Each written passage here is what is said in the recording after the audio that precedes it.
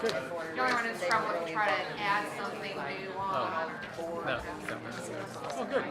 Yeah. We've waited about 3 years Oh, yeah. because we didn't want to take out a loan for it. We wanted to just kind of Smart. Have you had the house for a while? 8 years. It'll be 9 years in September. So, and we've already we renovated a little bit before we moved in, and then 2 years after we got in, we redid the kitchen and butler's pantry. So this is really the last major project. School events. Evening. And my one son that plays football. So that was her. Don't speak into the microphone. So, because I'm really liking it. I'm The really liking daycare up to the first, I think this one, there's quite a few neighbors here to speak about, so I think that might be a long discussion. Okay. What were you going to say? What were you going to say? You want to what? Makes sense. You don't anticipate anybody pushing back on the number one thing, right?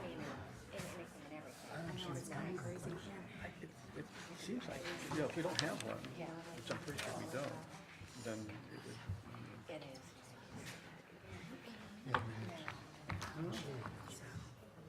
Guess we'll find out. This one right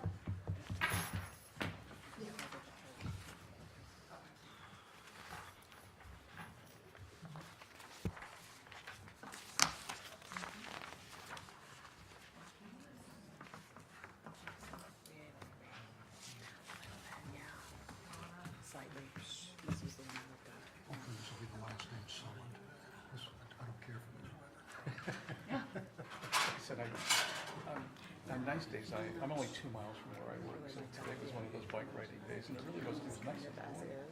But when I left, it was like, I'm going to open the door and have to set the air conditioning all day. It'll be interesting what you put on it. And I would prefer to ride instead of walk, because some days I'll walk, and then that way it's really it's warm. But, we've had a very mild fall. I mean, we've had a very mild spring, so Oh, good point. not bad. Good point. But yeah, it's supposed to be good. Get better. I'm supposed to be 10 degrees cooler tomorrow. Right, because that front comes through and then the humidity goes away. But I chose to mow the lawn around 2:30 yesterday afternoon. What time is it? Good day, and I just had to wait till tomorrow. I think it's fine. I mean, I sweated through everything that I was wearing, socks, underwear, teach, hats. So we didn't take a break. I should have waited until 6 o'clock. By the time the sun goes down on the house.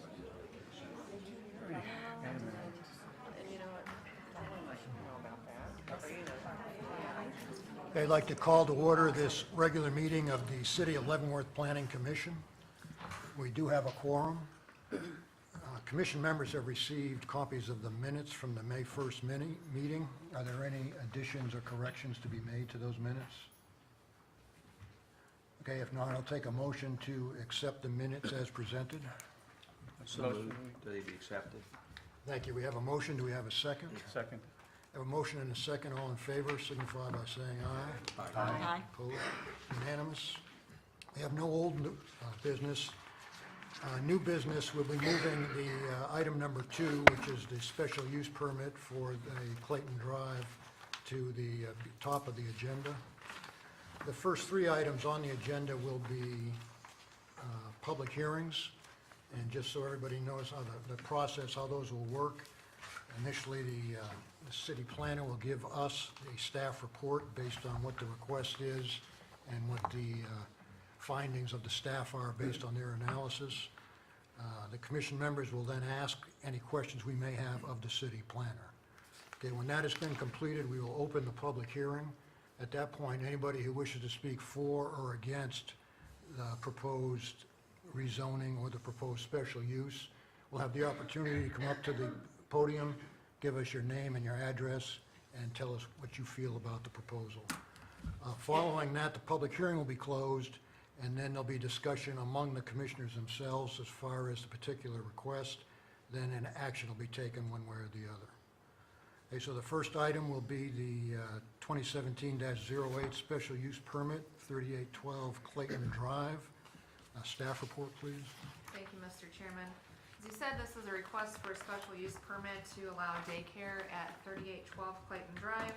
The property is currently zoned R19, which is medium-density, single-family residential, and child care centers are allowed in this zoning district with the issuance of a special use permit. The applicants are currently licensed by the state of Kansas to care for a maximum of 12 children in their home, and a copy of that license has been included in your packet. There are a number of conditions of determination for the Planning Commission to consider when looking at a special use permit request. I'll go through those here quickly. The first is that the use shall not be located along an arterial street. This location is located at the intersection of Clayton and Magnolia Drives, which both are residential streets. This is completely within a residential subdivision. The second is that it shall provide at least 100 square feet of outdoor open space per child, and that the space is 100% enclosed by a minimum of 4-foot high fence or wall. The backyard of this property is entirely enclosed by a wood privacy fence, and the backyard is approximately 5,200 square feet, so that is in excess of what they would need for that requirement. The third is that it provides a loading zone capable of accommodating at least 2 automobiles for the easy pickup and discharge of passengers. This house does have a driveway that can accommodate 4 cars at a time, so that is met. The fourth is that it shall conform to all requirements of the state of Kansas and acquire a state of Kansas child care license. Again, the applicant is currently licensed by the state of Kansas, and you do have a copy of that. The fifth is that all child care centers operated in residential districts are the only legal residence of the operator. That is the case here. And the final is that child care centers in residential districts may have 1 non-illuminated monument sign, no more than 3 square feet per side, with a maximum of 2 sides. They do not currently have a sign, but if they were to put one up, they would have to conform to those requirements. There are a total of 4 general findings just in looking at special use permits, so I'll go through those as well. The first is that the proposed special use complies with all applicable provisions of the ordinance. Staff does believe that that is the case with this application. The second is that the proposed special use at the specified location will contribute to and promote the economic development, welfare, or convenience of the public. And staff does recognize that child care is an essential part of the local economy and providing care for children so that parents can work. The third is that the special use will not cause substantial injury to the value of other property in the neighborhood in which it is located. Staff does not feel that that would be the case in this instance. They have been in operation for some time, and we have received no negative feedback from neighboring property owners. The fourth is that the location and size of the special use, the nature and intensity of the operation involved, conducted in connection with it, and the location of the site with respect to streets giving access to it are such that the special use will not dominate the immediate neighborhood, so as to prevent development and use of neighboring property in accordance with the applicable zoning district regulations. There are no changes proposed with this use, so those conditions are met. Staff would recommend approval of this special use permit request with 3 conditions. The first is that they provide us annually a copy of their renewed child care license. The second is that the operation be limited to a maximum of 12 children. And the third is that no additional home occupations be carried out at the residence. If you have any questions, I can answer those, and the applicants are here as well. Any questions from the commissioners regarding the staff report? Okay, if not, I'll go ahead and open the public hearing at this time. If anybody would like to speak for or against the proposed special use permit, could they please come up to the podium?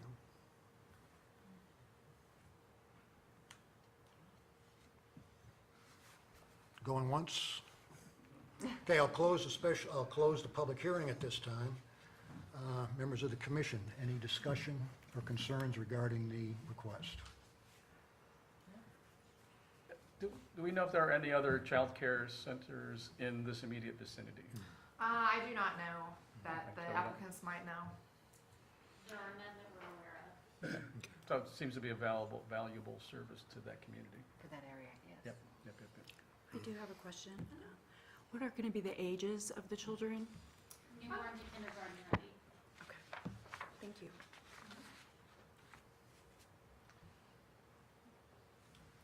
Anything else? Okay, if not, at this time, I'll take a motion on the proposed special use, and please follow the guidance provided in the staff recommendation if you feel that those conditions should be included in the motion. I'll do a motion based upon the findings as stated in conditions as presented to recommend approval to the City Commission, which includes the conditions included.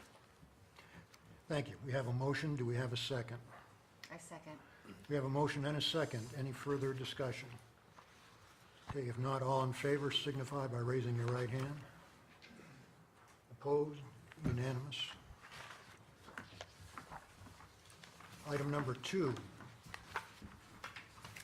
2017-07, rezoning 926th Avenue. Staff report, please.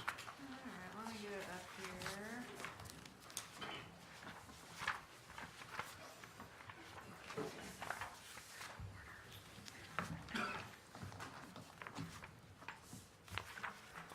Okay, thank you, Mr. Chairman. This is a request to rezone the property located at 926th Avenue from R16 High Density Single Family Residential to GBD General Business District. The request is before you to allow for the development of the Freedom Behavioral Hospital. The existing facility is the former Medical Arts Building, which was constructed in 1956 with an addition done in 1972. The building has housed medical office buildings for the duration of its existence. The building was constructed prior to there being zoning regulations in the city of Leavenworth, and I believe zoning came into place in 1966 within the city, so this was in place before that. I'm not sure what the discussion was at that time and why it was left as residential since it was already existing, but that's how that came to be, that the medical office building is zoned residential. The Freedom Behavioral Health Hospital is a proposed facility that would have 24 beds for senior adult patients. And this would involve inpatient behavioral therapy and treatment for them. Again, they would provide geriatric mental health facility or care for individuals on a short-term stay basis. The primary focus would be depression and Alzheimer's or dementia. All patients admitted would be admitted by a referring physician. It would not be any walk-in clinics or walk-in patients taken off the street. And all visiting by family and friends would be done on an appointment-only basis. There wouldn't be any open visiting hours for that. The hospital will operate under license from the Kansas State Department of Health, and they do operate a similar facility in Topeka that has been open for about a year now. As again, I mentioned, the existing building was constructed in 1956. There was an addition put on in 1972. The property is considered legal non-conforming, so it is in conformance at this time. Since it's changing use a bit, hospitals are classified a little bit differently in the regulations than just a medical office facility, due mainly to the fact that they are providing inpatient care and not just office type setting between an 8 to 5 type time frame. So that's why it does require the rezoning. When the applicant first came in, we were thinking that it was going to be more of a nursing or skilled care facility, which actually would be allowed in the residential zoning district with a special use permit. Once they got in and we realized that it was really more licensed as a hospital and that was more the care they provided, we determined that it really just needed the rezoning instead of the special use permit. The applicant will not be making any modifications to the exterior of the building at this time. They will be remodeling the interior to be able to fit their care model and what they need. The surrounding neighborhood, I will get into this a little bit as we get on here, but just to kind of orient you, the facility is located basically at the corner of Spruce and 6th Avenue. To the southeast is the St. Luke's Medical Building, the multi-story medical office building, and then one block further south is St. Luke's Cushing. So there are a number of conditions of determination for you to consider when looking at this request, and I'll go through those here for you. The first is the character of the neighborhood. The subject property is the site, again, of the former Medical Arts Building, which is currently vacant. To the southeast is the multi-story medical office building, and to the south of that is the St. Luke's Cushing Hospital. The remainder of the neighborhood is single-family residential. The zoning and use of the nearby properties is the second condition. All surrounding properties are zoned R16, high-density single-family district, including the medical office building and the hospital. The third is the suitability of the subject property for the uses to which it has been restricted. Again, the subject property was built in 1956 as a medical office building with an addition constructed in 1972. The building has housed medical offices since its inception and is really unsuited for residential use. The next condition is the extent to which the removal of restrictions will detrimentally affect nearby property. The proposed rezoning should have little detrimental effect upon surrounding properties. Since the subject building has housed medical offices for the entirety of its existence, and staff does not expect any significant effect on nearby property owners due to this change in zoning. The next is the length of time that the subject property has remained vacant as zoned. Again, the building was built in 1956 and has been occupied for the entire duration of that time. The last remaining tenant of the building vacated approximately 1 month ago as the current property owner prepares for this potential rezoning and sale of the property to the new property owner.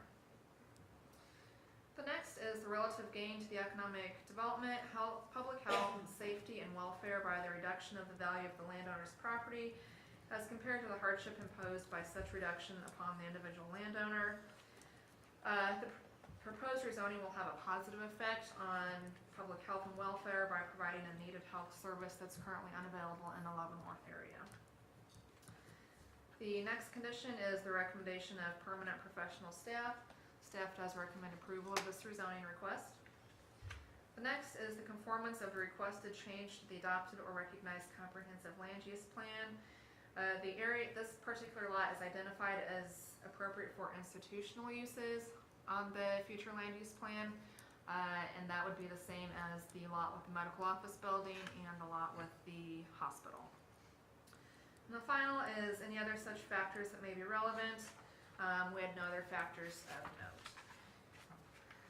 I can answer any questions you might have. The applicant is here as well. And might suggest before we open the public hearing, have the applicant come up and they could probably give you some information that might answer some questions that you or the public might have before we get into the public comment.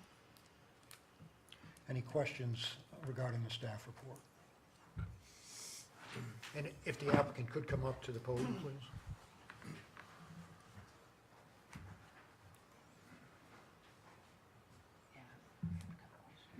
My name is John Peterson. I currently reside at 734 Olive Street, which is, I can see the front or the back door of the Medical Arts Building from my new home that I just moved into.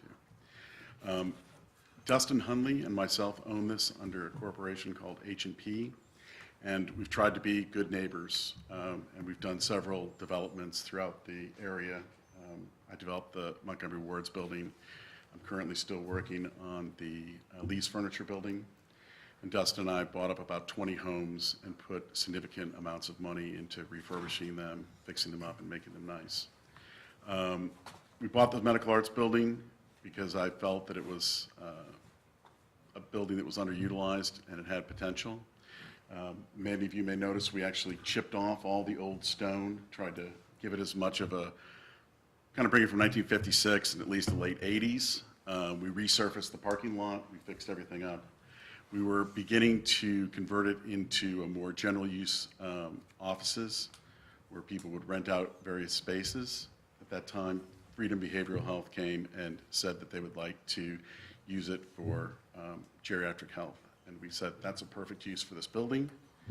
And so I obviously have investigated the buyer because we had to terminate all of our leases. So it was a financial risk, so I wasn't going to do that without fully investigating. And I understand where some people in the community could have a concern. But let me just say this, I think if you actually look at the use of the building, it's a great use. It's a restricted usage. There's not going to be people coming in and out at all times of the day. There's not going to be a traffic problem. They're going to put, I don't know, $1 million or $2 million into the building. And just speaking from someone who owns buildings, they're going to be something. You know, a building's there, it's not just going away, it's going to be something. And it's really important to find the best use for that building so that people maintain that building, so that they use that building, so that it isn't sitting vacant and having, you know, vandalism and things like that.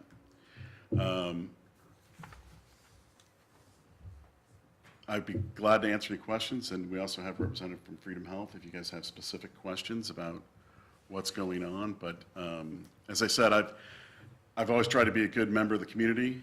I wouldn't do this project and take this financial risk if I didn't know that Freedom Health was a reputable company. They've done multiple buildings as Freedom Health, and they've also had experience as through other companies in this industry. Got a question for Ms. Hurley. As you indicated, the area is R16. The building itself is, because it was put in there before we actually even had zoning, so it's considered legal, non-conforming. Given its current status, okay, if there was no change to rezoning, what sort of businesses could be in that building? It could continue as medical office. A use that's in place may continue, but once there's a change, they would have to come up to conformance with today's regulations. So if it were to be converted to some other type of office use or some other type of business use, we'd be again looking at a rezoning change or a special use permit depending on what in particular was going in there. So currently, right now, under its current situation, it's restricted more or less to what it was before, which Correct. is medical offices. Can I make a comment? And I don't pretend to know, but I was on the Planning Commission and have researched it. I believe as long as it is not a more restrictive use, that we can apply for a special use permit and use it as whatever building we use, as long as it's not a more restrictive use. I would guess a special use permit as long as it's a special use that's allowed in a residential area. Yeah, it would depend on the specific. I think actually it states that as long as it's not a more Not a- burdensome use on the community, that it wouldn't, you know, I mean, otherwise it would be turned into housing. But I believe and you could correct me and you could look at it, but my reading of it was that as long as it's, you know, as long as it's not as more restrictive than what it's currently used for as medical offices, that we can put another business in there with a special use. Yeah, and John's probably correct on that.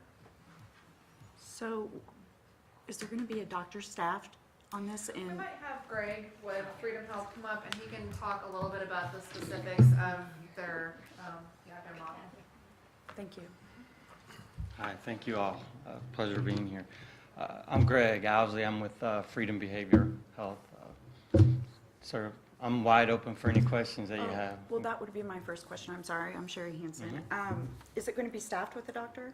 Yes, we'll have psychiatrists on staff. What typically will happen is that they'll be on staff, but they won't be there full time. We'll have nursing staff 24/7, and then typically the doctors will come in and do their consult.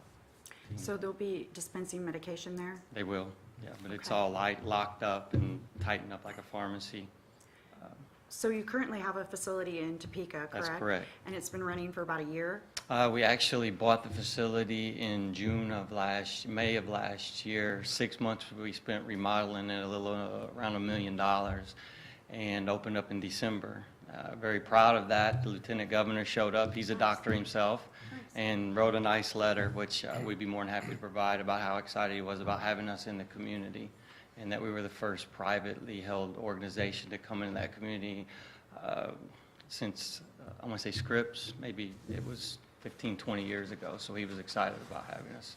Is that also in kind of a residential area? in It Topeka? is. And it's Actually, successful? we're actually right across the street from an elementary school.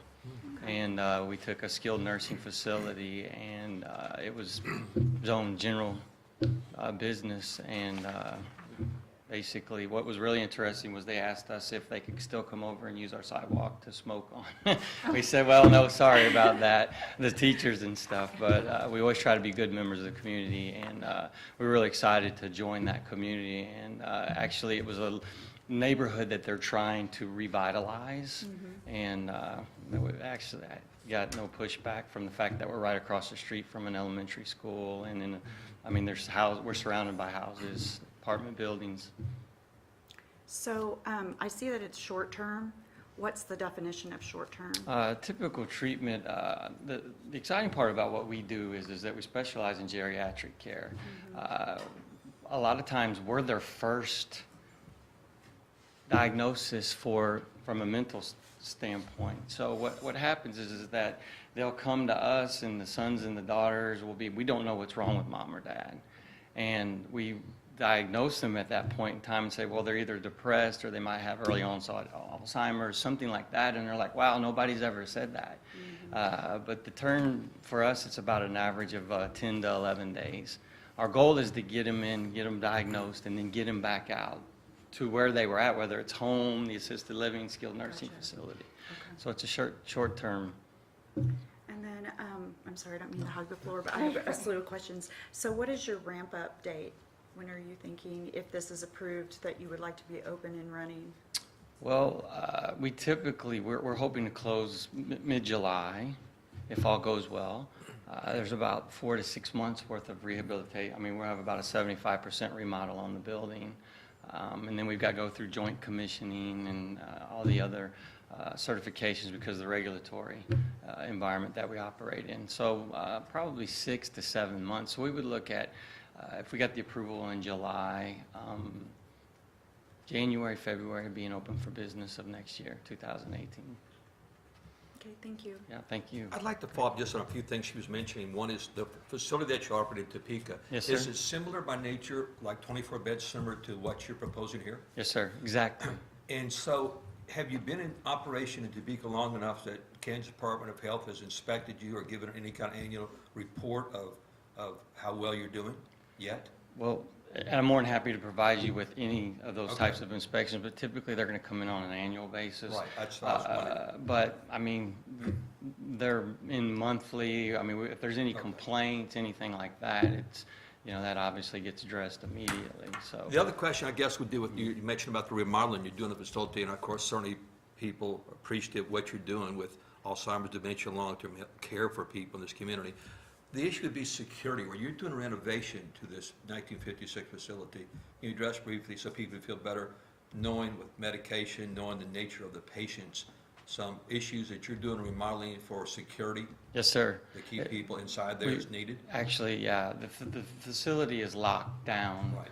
And really, there's no way for a patient to get in to exit unless Right. it's all keypad, it's all magnetically locked. And then we have the actual hospital portion, and then we have the receptionist area, and then we have the actual entry. So to get into the facility, you come in through the front door. Okay. And then you come into the receptionist area, and all of that is locked down. And then all of the other exits are locked down. And then once, whatever your business might be, whether it's if you need to get in a patient, if you're a doctor, whatever it might be, you go in through the receptionist area to then actually get into the hospital, and that's key coded or magnetically locked down with a special key, special access key.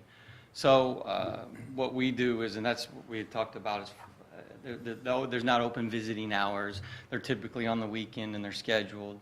And that's just due to the therapy and basically kind of getting the patient stabilized and then getting them in an environment that we have 2 to 3 to 4 days to kind of get them on the regimen. And then the families usually come Saturdays and Sundays at a specific time. But yes, it's a high level of security for the type of treatment.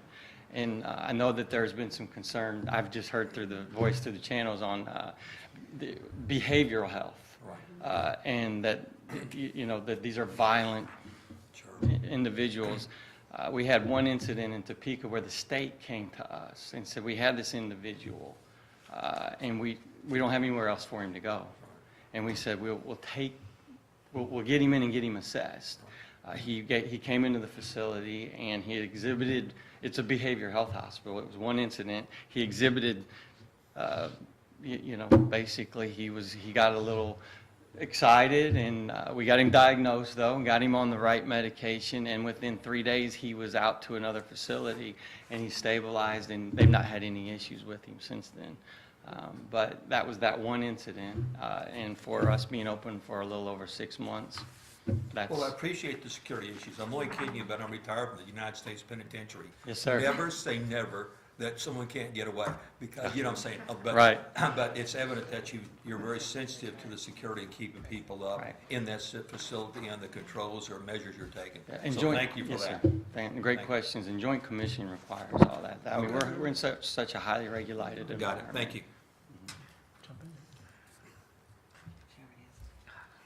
I stole her thunder. Any other questions from the commissioners? Okay, thank you, sir. Yes, thank you very much. Okay, at this time, I'll go ahead and open the public hearing. If there's anybody who'd like to speak for or against the proposed rezoning, please come up to the podium, give us your name and address. Good evening.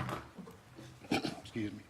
My name is Zen, Z-E-N, Daniels, D-A-N-I-E-L-S, and I live at 720 Spruce, which is that one right there. If I can, both gentlemen asked if they had any questions, and before I address you, I'd like to ask the gentleman the questions, if that's Yes. appropriate. Sure. Sir, I'm sorry, but I didn't catch your name. Greg, We took a visit to your Topeka facility and walked right in. There were no locks, there were no security, there were no staff. We walked right in. Yeah, you stated that that would not be possible, and yet we did it. Did you walk into the receptionist area? Well, first we went around to the back of the building, and then they told us to go around to the front, so we walked in. We were gonna walk in the back door, but two people were coming out, and they redirected us around to the front. So your idea of security and mine are slightly different. I didn't ask for clarification. Did you walk into the front door to the receptionist area?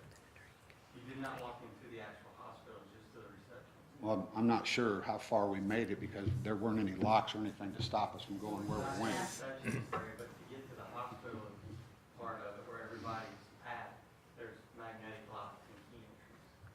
Did you go in a patient's room?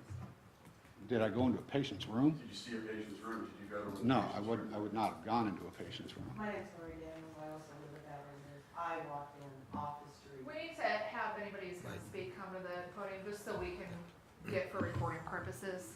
My name is Lori Daniels, and I live at 720 Spruce as well. We're together. We're together. I'm the one that walked in. I picked up this pamphlet off the table. I saw two other people sitting in the waiting area, and I saw staff behind a glass window who didn't know that anyone had entered that building. Now, what you're saying the security is, okay, that's fine. There was no security guard. There was no one there to check me at the door. If I had wanted to get farther than that, there's merely a glass pane at that front window. Had I wanted to, if it were my intention to get in there, I could have easily done that. Through the glass pane? Yes, sir. And Broke through the glass pane? Is that what you're saying? yes, sir. Had I wanted to get in, had I had intent to get inside of this facility Or out. or out of the facility, there is a glass pane. Glass pane about that thick.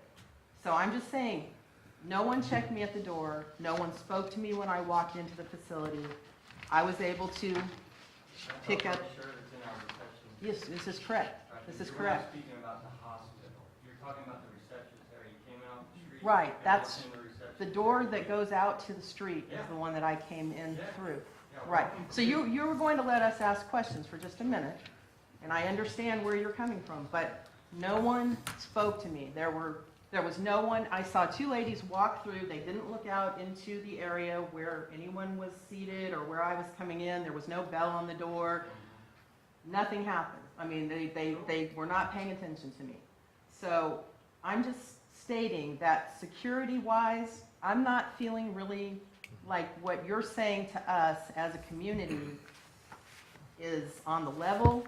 You don't have security jobs. You have no security jobs that are offered in your line, and everything on your page, on your webpage, not one security job.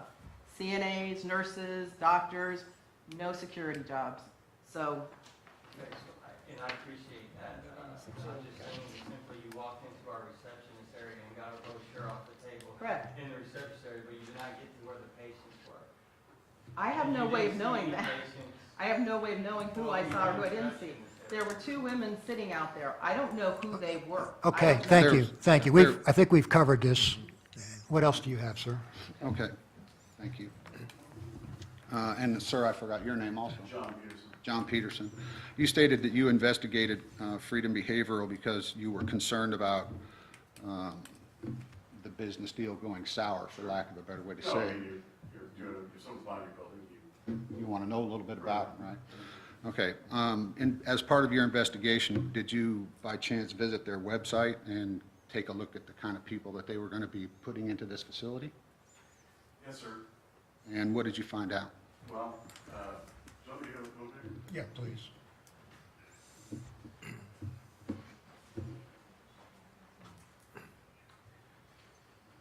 I'm very familiar with mental health. My oldest brother is schizophrenic. My father put scattered site housing in the North Shore of Chicago. And I can tell you that I understand your concerns and why people think this, because there's a perception about mental illness. But the facts are that we're talking, I mean, first of all, just mentally ill people are no more violent than regular people. And that dementia, my grandmother had Alzheimer's. And I understand when you look at this diagnosis and you would see someone that says they're a danger to themselves or to other people, you're dealing with a legal diagnosis. So when my grandmother became unruly, they had to give her medication. You cannot simply say, I'm giving you medication because I feel you are unruly. You have to go to a place such as Freedom Behavioral Health and have a diagnosis made.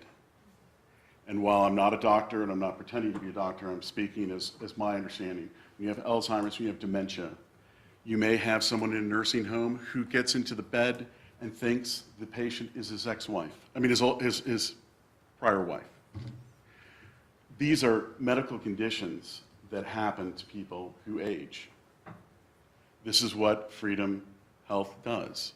They go in and they give a diagnosis so that the person can go back to the nursing home and perhaps have a different level of care. I'm saying this is not, this is not a lockdown hospital. This is not these aren't people who were dangerous as in a criminal way or something, and then were brought to some facility. This is your mother and father. This is eventually me, because I'll probably have Alzheimer's. This is my kids being able to take me in for a diagnosis to a place in Leavenworth instead of shipping me off to Kansas City, and them being able to say, this is what you're going to need to do to help your father. Can I jump in here? But John, I'm hearing this conversation, and I appreciate that, and same thing with Greg's, but the issue's coming back to the question I raised on the issue of security, and people want to know, my mother also died of Alzheimer's, by the way, so I can appreciate your comment, but people are asking we want to be assured that what you're putting in, you, with your facility, are going to take the appropriate actions for safety and security in that facility. Right. And that's the issue, is that just appropriate, state-of-the-art, best practices, whatever, that's similar for a facility like that, understand what we're dealing with, is that you're going to have that in place to minimize, anyone getting into, you keep bringing up the hospital portion, and I've gone into facilities, you can walk into a certain point, I understand that point, but just that you have thought of that, you will incorporate that to make people feel safe in that immediate area for the possibility of anyone getting out with psychotropic medication, whatever, and being a danger to people close by. And I understand that, I agree. And I would just say, for clarification, This is a planning meeting, and we're talking about a zoning change. And the American Disabilities Act is very specific about this. And I think you are straying in a very dangerous area when we start evaluating. They have hospitals, they have the nursing, the people that they get certified. I don't mean to say, it's just that I understand mental illness causes people all kinds of things. But this is people who have Alzheimer's, this is people who have dementia. This isn't 22-year-old people who have a criminal past. This is our mothers and fathers. This is us. And I think leaving the idea of what's the facility, what's the use, is it changing the nature in terms of traffic patterns and those kind of things is appropriate for this committee. Excuse me, but I want to jump one more time, but this, so what we're saying is Freedom Behavior Hospital will meet all ADA requirements in terms of security, operating procedures, whatever is standard operating practice, the best lesson learned ever would be incorporated to meet ADA requirements. Is that what we're saying? Yes, sir. Thank you. We have to. I got it. Yeah, and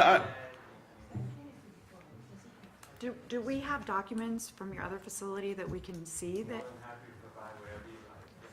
I think that would be appropriate. Yes, ma'am. My name is Kamala Jackson. I live at 713 Spruce Street. And I would like to speak to what he just said about they're not.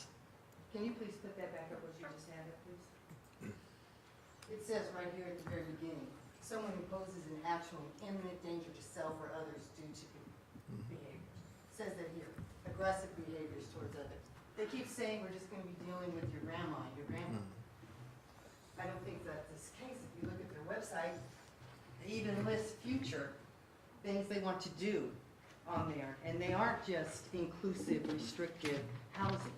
They are looking at, we can bring the website up, you can look for yourselves. We probably have copies here of it. We do. But I just wanted to point that out. They We'd be just keep glad to saying provide they're that not, for you they're not, later. they're not. There's even on their website, they say they treat inappropriate sexual behaviors. There's all different kinds of things. And we're not looking at just dementia, Alzheimer's. You know, I'm not saying our community doesn't necessarily need this service for people, but I don't think we need it in our historical area. He said they put it in an area they're trying to revitalize. Our area doesn't need revitalized. And if you look, the revitalization is coming from the residents who live in that community. There are houses being redone there. There are people out walking. There are people getting to know their neighbors. There are people wanting to start doing community watch to make sure we're safe. We're trying to go back to what Leavenworth used to be and not just be living in our own shells. So I think we need to really look at this, you know, I mean, I didn't come here tonight to speak on what they were planning on putting in there. I was just going to speak about the rezone and how I personally spoke with my realtor. She says that there won't be any detrimental to us. My realtor says there will be to our property values depending on what goes in that building. And she said, when I told her what they were planning on putting there, she said, well, if it's just restrictive, it will be the least to your property values. But if they continue to do what's on their website of all their future plans for it, she said it will drastically change our property values. And we're working hard to keep them where they are and to bring them up. So, Thank you, ma'am. I also came here primarily to speak to the rezoning for the reasons just articulated by that lady and bring up the items that I bring up as redress to what these gentlemen had to say. According to their own information that they make public, they take people who are 50 and above. This is not a geriatric type facility. This is not grandma and grandpa. This is people 4 years younger than me who display aggressive behavior towards others, excessive cursing, increased depression, inappropriate sexual behavior, significant level of psychotropic medications, extreme irritability, extreme agitation, seeing and talking to things that aren't there, false beliefs, bizarre behaviors, increased willfulness, withdrawal from alcohol or other abuse substances, noncompliance with medication history, and increased paranoia. That is the kind of people that they are going to be bringing in here. Sir, And what is your concern exactly? my concern exactly, sir, is that They bring those kind of people into our residential neighborhood and put them into the least restrictive confinement available, that they will be exactly that, not confined, not I don't mean to restricted. put words into your mouth. So your concern is that somebody could get out who could injure Will get themselves out. or injure somebody else? Will in get the out. neighborhood? And it's not Alzheimer's and geriatrics that they're talking about. They're talking about the items that I just listed off, comes off their own website. They brag about bringing those kind of people into their facilities. That's one of the things that they sell to people. Bring us everybody you have that's sexually aggressive and on some kind of weird psychotropic medication, and we'll house them in the least restrictive environment available. And they want to put that right in the middle of our neighborhood, across the street from 2 churches and 2 playgrounds. And I don't think it's an appropriate use. It's an inappropriate zoning. There's no reason to zone general business district right in the middle of a residential neighborhood. Zone it something else. Tear it down and zone it as a park. Use it for something that will benefit the community. Don't allow this rezoning to take place and have them bring these kind of people into our residential neighborhood. It's our neighborhood. We live there. We're the ones that are rebuilding the houses and building the neighborhood and revitalizing it. We're the ones that are watching out for it and calling the police when it's necessary and taking care of the neighborhood. Don't allow this rezoning to destroy everything that we've been working so hard to fill. And again, Freedom Behavioral is not interested in our neighbor. They're interested in buying that building. H&P Limited is not interested in our neighborhood. They're interested in selling that building so that they can fill it with the kind of people that they describe on their own website, not the kind of people they stood here and told you about. One is not true. This is what they put out to the public. I suggest what they stood here and told you is not true. Okay, thank you, sir. Just a second, ma'am, since you've already spoken. Anybody else like to speak? Yeah.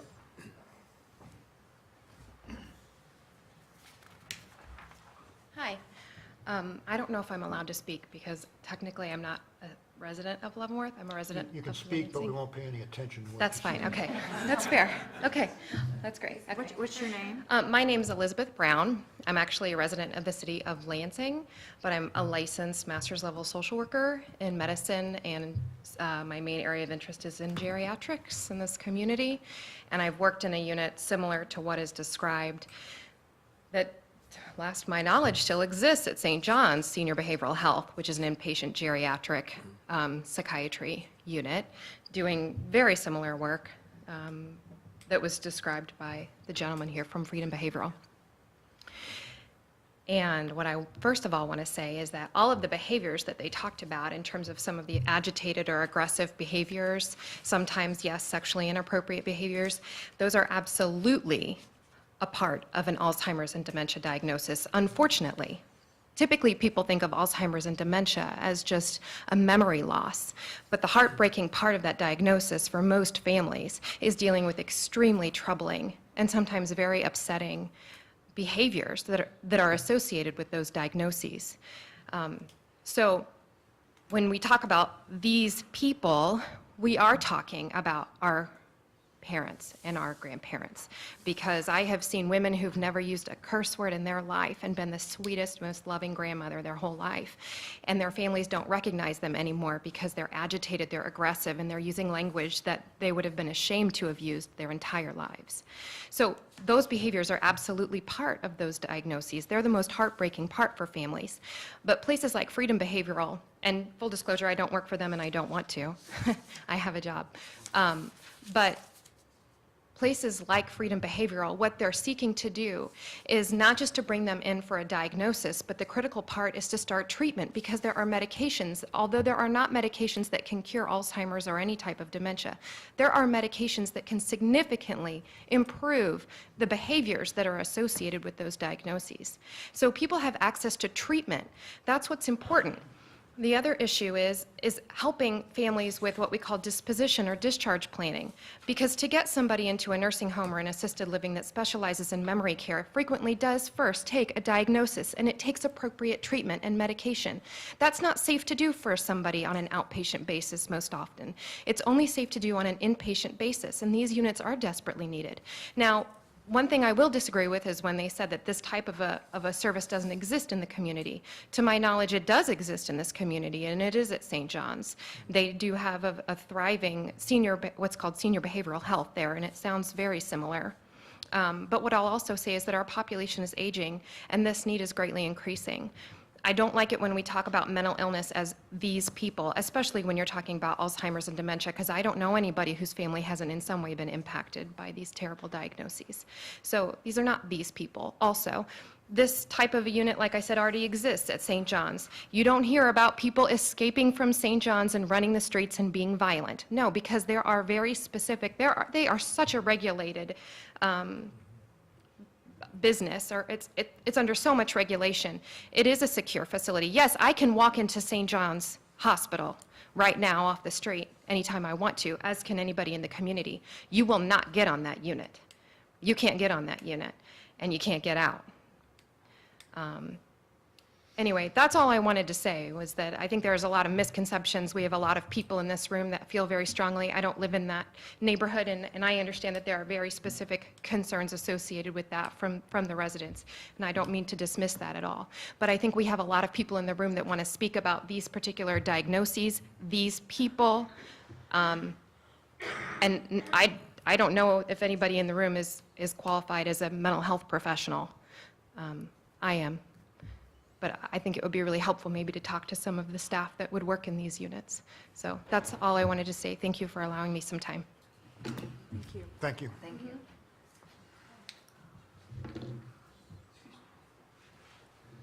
Hello, my name is Stephen Jaremko. I am also right in the vicinity of the proposed hospital building. I live at 722 Spruce Street, right up the street from it. I don't know that anybody is intentionally attacking mental health. I don't think that's the issue here. I came here tonight because, as a father of 2 small children, it's very concerning to me to get this kind of news, especially when what I received was a letter stating that a nursing home was wanting to be zoned in right up the street. Didn't give it a second thought, and now I find that it's a mental health facility. My trouble is it seems like improper zoning to me because it's a building on an island. I've been in many hospitals where they have their psych wards and they're always locked and at the top. And I guess what I wonder is, are people committed to your facility? They're committed, but it's short term. Yeah, it's different in the sense that either they can be committed by their family or by the dependent on the county and various rules for the county. So I'm the business development gentleman, but the end result is that what we do is consult with the local county rules and regulations as far as what their requirements are. Would there be any scenario where a patient was released on the street under their own, and that's no patient admitted to your facility? Well, that makes me feel better, you know, if it's, but it definitely, I don't know, like I say, my concern is directly in the center of a residential area perhaps is not the best place for it. Thank you for your time. Thank you. Can I ask a question? Do you guys have any trouble with Cushing's mental health facility? No, and I would like to know more about, I mean, is there a large mental health facility at Cushing? No, they closed it recently because it wasn't profitable, but they had a large mental health facility there for, as far as I know, 20 years. When was it closed? It closed maybe a year ago when they decided it just wasn't profitable. They moved it, they consolidated with another group in Northland. But you had a mental health facility in your neighborhood for 20 years at Cushing Hospital. And it was in a hospital that had security. A lot of facilities, just as this Not would a be. standalone building that has no external security. And my use of quote-unquote these people, I do that simply because I don't know if they're committed, if they're clients, if they're recently, got a security guard, and that is because of threats of a shooter coming into the building. And can you tell me, the other hospital that the mental health professional mentioned, how long have they had armed security? St. John's, you mean? Yes. And it's, What was the question about St. John's? Security.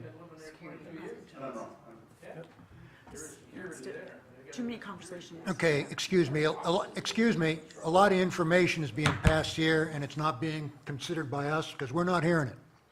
All right? If anybody has something to say, wait till you're called on and come up here. And sir, you've been here now 2 or 3 times. Do you have something new to tell us? I understand your concerns. well, if there's a limit on terms, then no, I guess not. There's not a limit on terms unless there are, if there are no other people that want to speak. Sir, please come up to the podium.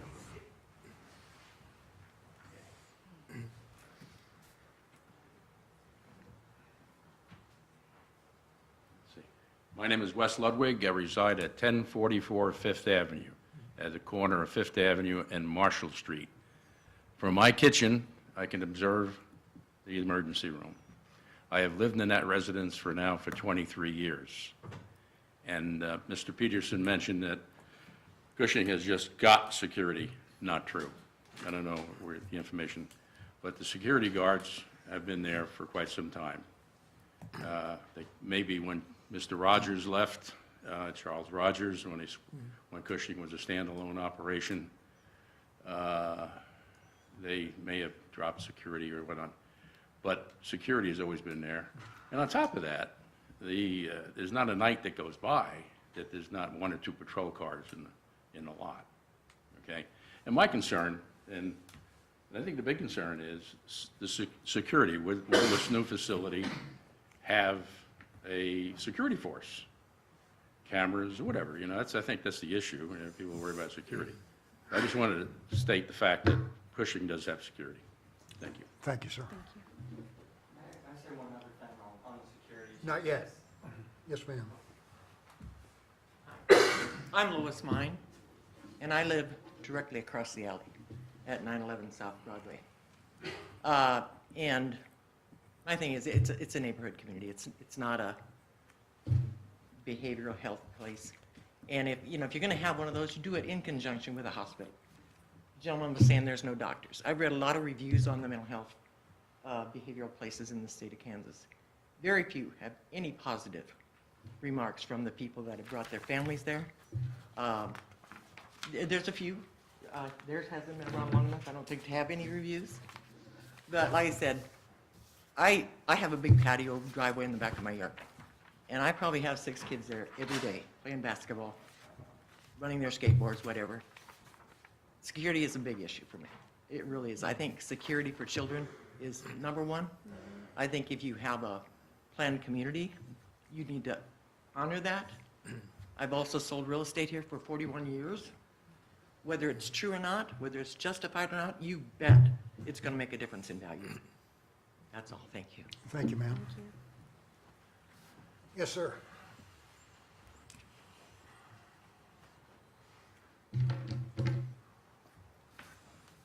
Mr. Chairman, members of the Planning Commission, I have a technical question, I guess, for Sir, could you staff. identify I'm sorry, Ken Bauer, I live at 1029 3rd Avenue. This item was scheduled to come to the Planning Commission, I believe, on the 1st of May, and was pulled, and now it's back here. Can somebody explain what happened or what the wherewithal of that? That's Yeah. really my only concern. Yeah, as I said earlier, when the applicant first came in, before we had all the information on the facility, we were thinking that it was more classified as a nursing home facility, which could be operated in this zoning district with issuance of a special use permit. So everyone was sent a notice for a special use permit application. Once we got the applicant in and had our staff review of it, got some more information, realized that it needed to be classified as a hospital use, which is not allowed with the special use permit, but would require the rezoning. And so we sent out a letter to the property owners that had been previously notified, stating that the special use permit application was rescinded. And then we provided new notification regarding the rezoning application once we got that switched over. Okay, thank you so much. I appreciate that. Thank you. Yes, sir. Mr. Peterson, did I understand you correctly when you stood here and said that you used to be a member of this planning commission? Do you know or are you familiar with any of the current members of the planning commission?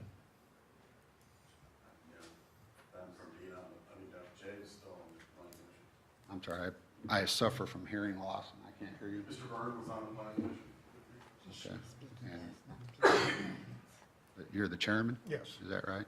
So you and the chairman have prior business dealings or prior, I have not talked to anybody on the planning commission about this matter whatsoever. It- Nor do I have any financial ties to anybody on the planning commission. that wasn't the question. It's a good answer, but it's not the question. What was the question? The question was, so you have had some dealings with the current chairman on this planning commission? Because I was on the planning commission. Okay, so you two, so you know each other? Only dealing with him in the planning commission. Okay. Thank you. I might like to clarify that as members of the Planning Commission, we are ethically required to recuse ourselves if we are familiar or benefit in any way economically from any of the applications that come before us. Then I would ask that the chairman recuse himself because he served with that man on the planning commission. I have no financial interest in. I don't know it. I've been on the Planning She didn't Commission say for 4 years. and I don't financial know. interest. It has, the issue is whether it is a financial interest to me, and there isn't. Oh, she said prior dealings with. That's not entirely correct. It has to do with financial benefit to me. Okay. Thank you again. Yes. I yes, sir. did have a question I would like to ask John again. Can I have you can speak up so we can hear clearly, please? I'm trying not to, we don't want to belabor the point, certainly, but the issue is well addressed and well concerned by the people who are coming here today. And that is a 24-bed facility, so your intent is to have this 24-bed facility of people who have various stages of needs. And you have a staffing pattern proposed of 20 to 25 people with fully staffed, dependent on the full count of that 24 people. So I take it that your intent with this facility building is that you don't plan to increase to more than 24 patients at any given time. Is that correct? My understanding is there will only be 24 beds, so it wouldn't be expanded. Okay. 20, And- that would be your capacity. And there is no request here to increase the size of the footprint of the building. And the staffing pattern that you have proposed with that based on historical needs or Topeka of 20 to 25 people, you feel gives you adequate staffing for mental health needs and overall running that operation of 20, 25 staffing. Is that what we're hearing? Typically, we're licensed up to 24 beds. Okay, but just one final comment, I guess, over there, and that is, can you just maybe make us feel better, the people that are here expressing that need, like, you know, and I was saying, never say never after working 40 years in a prison, so I am somewhat of a prison expert when it comes to security. But the issue is, tell us, make us feel better on, in remodeling, you're spending $1 million or whatever it is in remodeling, and the issue is, what can you do to enhance security and make us feel better with people and equipment and cameras, whatever, Right. for a facility? I am the owner of the building. Okay. I'm on the board of Cushing Hospital. My brother has schizophrenia, and I have been involved in mental illness. This is aside, I didn't deal with Freedom Behavioral, they came to me. That's just a coincidence. I can simply say this, these things you're not dealing with, these aren't psychotic people who pose, these aren't coming from a prison, to my knowledge. This isn't a prisoner. These are people who are either in early onset, so their family would recommend them, so someone notices that a family member is behaving oddly, or they are currently in an institution, such as a nursing home, and they begin displaying, or they have displayed, and they are transferred to this facility where they can be evaluated. This isn't a treatment. It's not like the court's going to say, you shot somebody and now we're sending you to mental health. This is simply an evaluation, and that's my fault. I conveyed it as a nursing home because I thought of it as that was closer to my idea, but technically they said, no, it's a hospital. But let me get back, I'm trying to get back, you're trying to pin down a little bit on you're spending all this money for remodeling of a 56 facility. You're going in there to completely remodel it, to fix it up. Exterior stays, we got it. Interior, you're doing remodeling. Okay, let me answer these questions. Yeah, Right, if you look at the remodeling, building, interior security. right, if you look at the building, Okay. the building has very small windows, except for the reception area. So the front has large pane windows. The rest of them are very small windows. The building has an exit on the north side. It has no exit on the south side. It's on a second floor, and it has 2 exits on the west side. Oh, from the basement. The second floor, the first floor is going to occupy the building. It's not going to be on the basement, correct? Right, the basement might be used for storage or offices. But so facility would be on what's, the first floor, and then it drops into the basement on the south side. There is no exit that's above the ground. So these there's no facility, there's no garden spot, there's no smoking, no one's going to be outside, there's no park benches, no one's going to be waiting around. That's not what it is. It's a locked, secured facility. Is it possible that someone could escape? In the sense of escape, yes, of course. But that doesn't say that a person is going to go on a mental rampage. I mean, that's a mischaracterization of mental illness. I'm sitting over here and I just keep wrapping this around my brain because I too have dementia in my family and it's been ugly. Yeah. But hard. if this is the beginning stages of a facility, patients still have their rights. So correct me if I'm wrong, I'm just thinking out loud. If they still have their rights, they can sign themselves out and walk out of that facility, correct? Typically, they've been committed by a judge. Not according to regulations. No.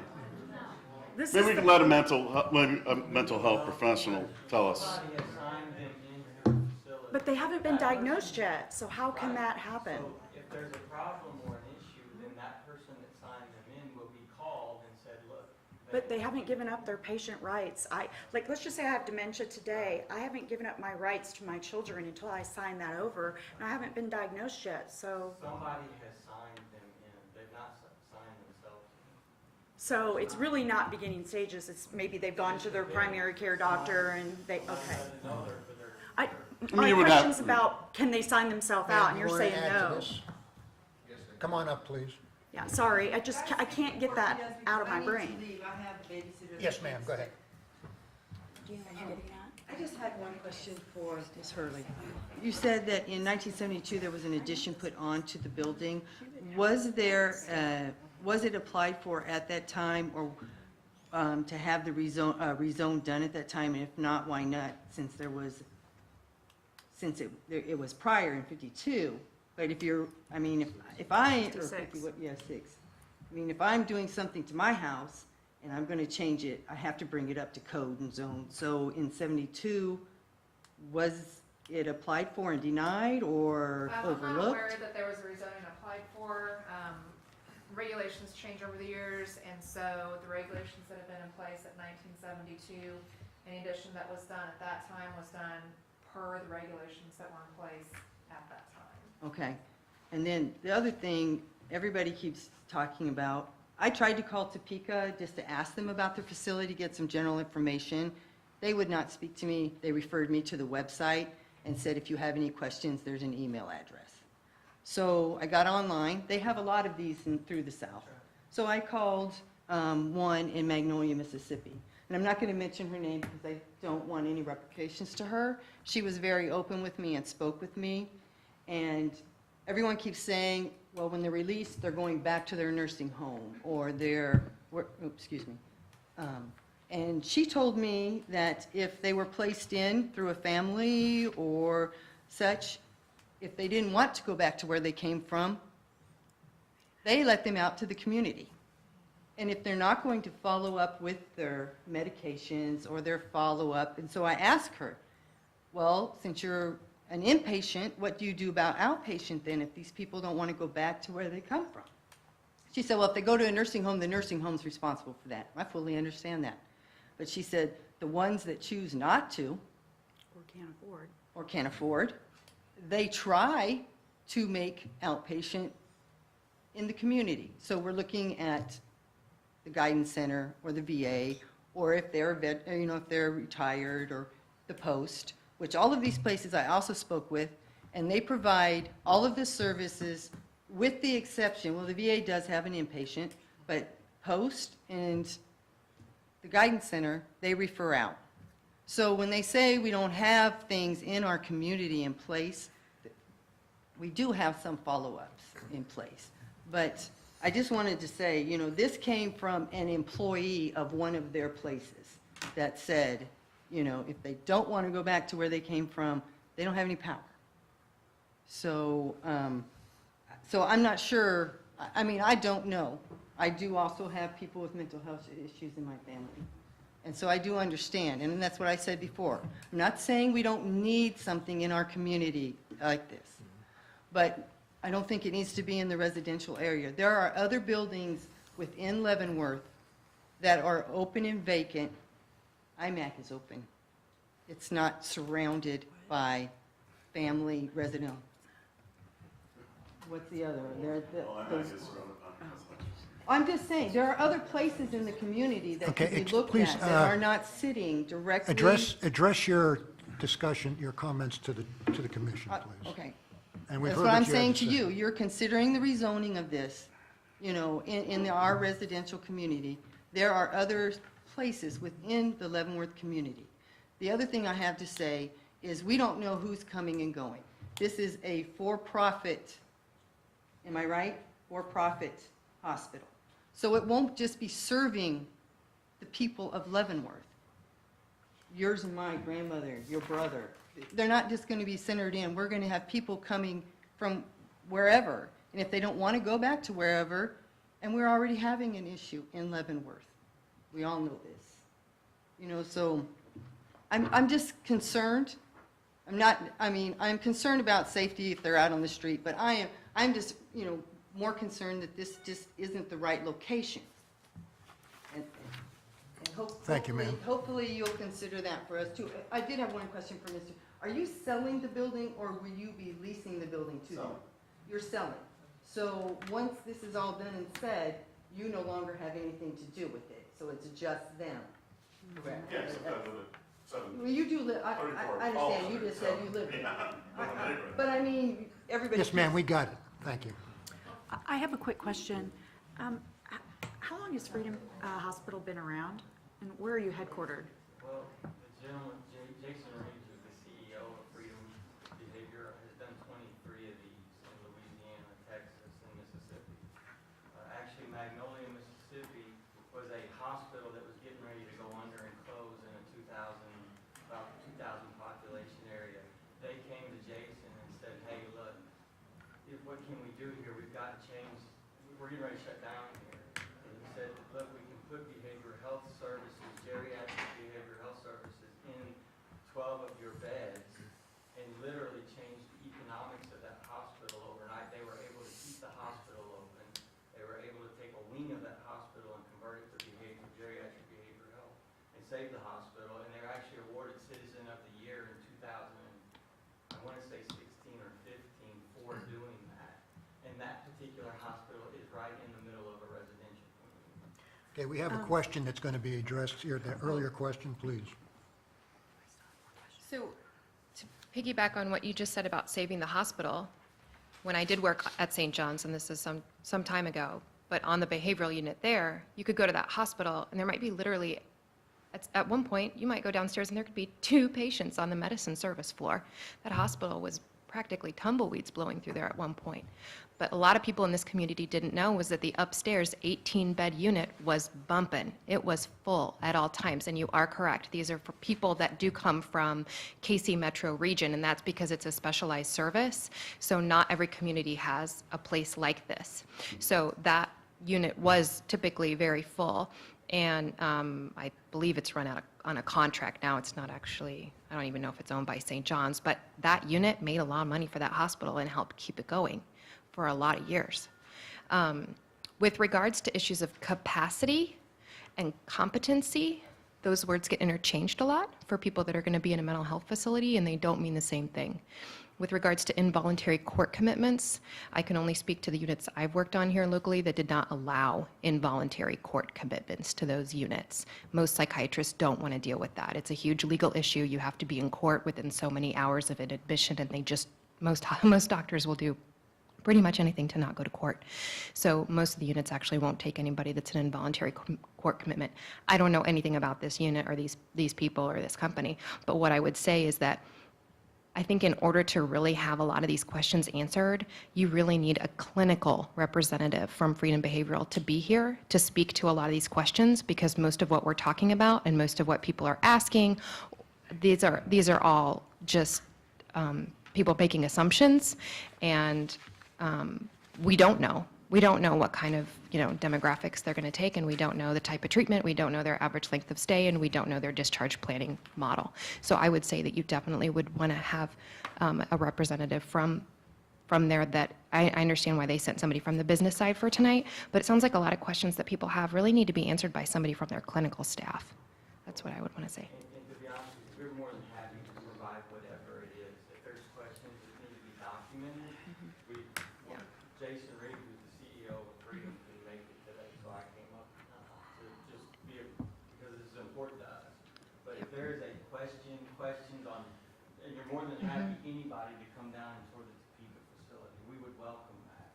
Well, and I would also ask people in the community to ask yourselves, how many times have you heard of an individual escaping, or what they call eloping, from St. John's Senior Behavioral Health and being out on the street and causing any problems? That unit's been there for years, and I don't think anybody's ever heard of anybody getting out of that. It's the same type of unit and running the streets here in Leavenworth. One question that was brought up was and in your experience at St. John's, was the question of commitment. Now, we understand what you just said about court commitment. Right. Okay, but other than that, how do people get into that, or how did people enter into that facility, and how did they get out? So typically people are referred from a facility they already live in, an assisted living, a nursing home, or sometimes they come in from their own private residences in the community and they're referred by their primary care provider. So, but typically the people that would be there already are living in some type of a supportive living environment. And in order to come in for treatment, they themselves had to sign consents. It's a lot of paperwork to sign before you can be admitted, or their durable power of attorney, who had already been enacted, had to sign those consents on their behalf. But we did not do any involuntary court commitments. And if they had signed a consent to go in, then they could leave whenever they wished. Correct. If at some point somebody came in and they wanted to leave prior to the staff feeling that it was appropriate, or most importantly, the mental health provider believing that it was time, then you would have to be discharged AMA against medical advice. If it's an individual that we felt was a potential danger, then that would be a hotline situation. But typically in those situations, there's also a process for referral through the Mental Health Consortium to a state hospital for an individual that you feel is You can't unsafe. stop them if they choose to leave. Correct. You cannot restrain, no, we could not restrain them. If they have not been deemed to lack capacity, then you cannot, no, you would never hold somebody against their will. And I think another reason why it would be important to talk for clinical staff from Freedom Behavioral is to find out what their policies are on things like that, and things like physical restraints, et cetera. Okay, thank you. Thank you. Yes, ma'am. Ma'am, let this lady here, I think you've already spoken. You can speak again, but let this lady first.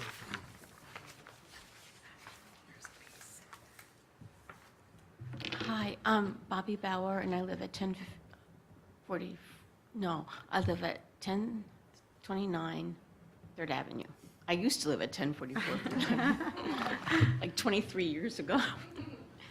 It seems everything comes down to safety, and a couple of questions that I was wondering is something about outpatient. Will there also be outpatient provided? No. So they're guaranteed there's no outpatient, it's only going to be inpatient? Yes. Okay.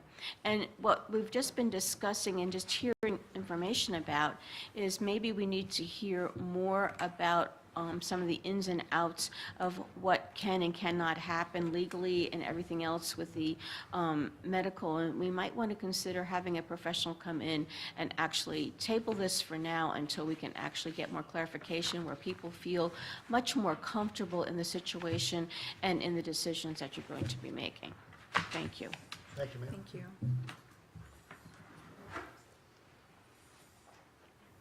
Just as Leavenworth has always been known to have many prisons, those prisoners are taken out of those facilities in shackles for doctor's appointments. You can go to Dr. Reifschneider, you can go to Cushing, you can go to St. John's, and you can see that these people are being taken out of their facilities. They have, when they are medically untreatable in the facilities, they go to Providence, they go to St. Luke's. It's not absolute that they will not be taken out of this facility. Their brochure even says, we are in the future going to try to integrate more activities for these people outside this facility. It's part of our future treatment program. It says it. I mean, it's on the brochure. He keeps bringing up the fact that Alzheimer's and dementia and things like that touch everyone's life, and they do. My mom is so far gone in Alzheimer's right now that she's in Twin Oaks. Twin Oaks Medical Lodge. We have Homestead. We have a plethora of elder homes for these people who, and I do say these people, because they are geriatric patients and there is treatment for them. My mom went to the doctor and got diagnosed, like a normal person goes to the doctor and gets diagnosed. There was no in-between place to take her to do that. It wasn't necessary. She's simply now a resident at Twin Oaks. They put restrictions on them by putting bracelets on their arms if they are flight risks, which sets off an alarm. There is a double door to get in. There are keypads. There are people on duty at all times, 24 hours a day. There is a doctor available 24 hours a day. This is the differences we're talking about. 11 days to make someone okay when they have psychotropic issues, when they are homicidal, suicidal. We're not talking about dementia, Alzheimer's, and depression. Their brochure says homicidal, suicidal, and psychotropic addictions. 11 days.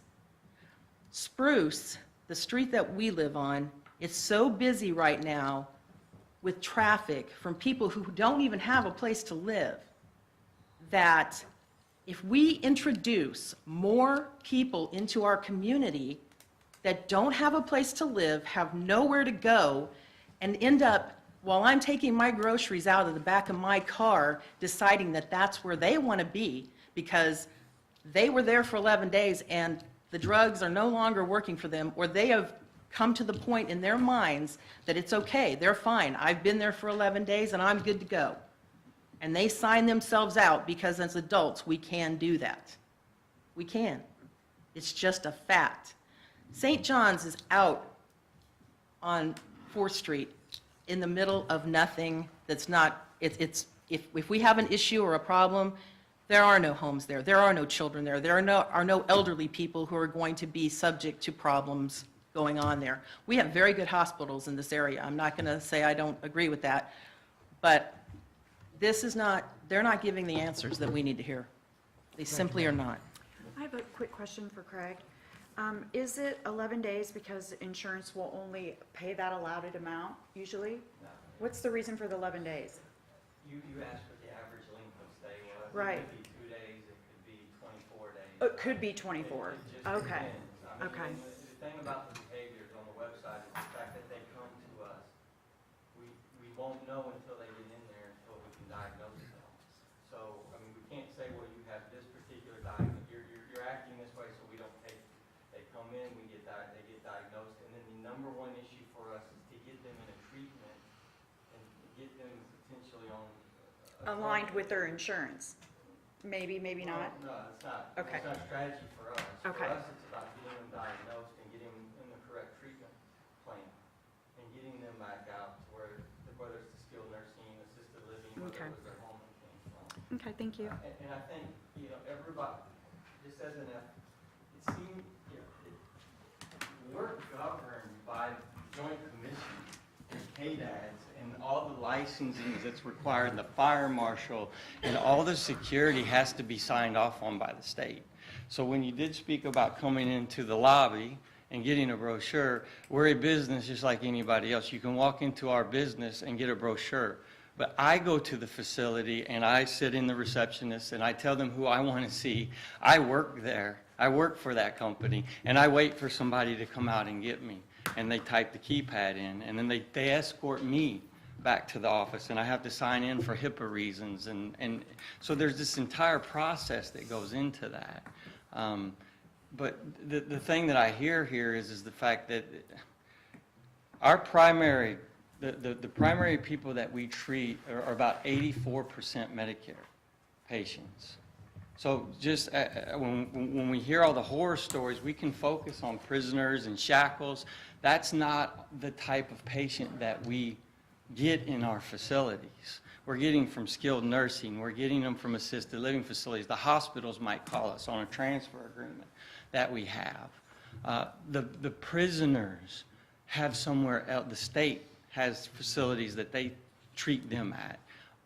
That's not our market. That's not who we take. So when you look at, we're a private hospital. So I just wanted to share that with you in the sense that I hear a lot of speculation about who we are and how we run our business.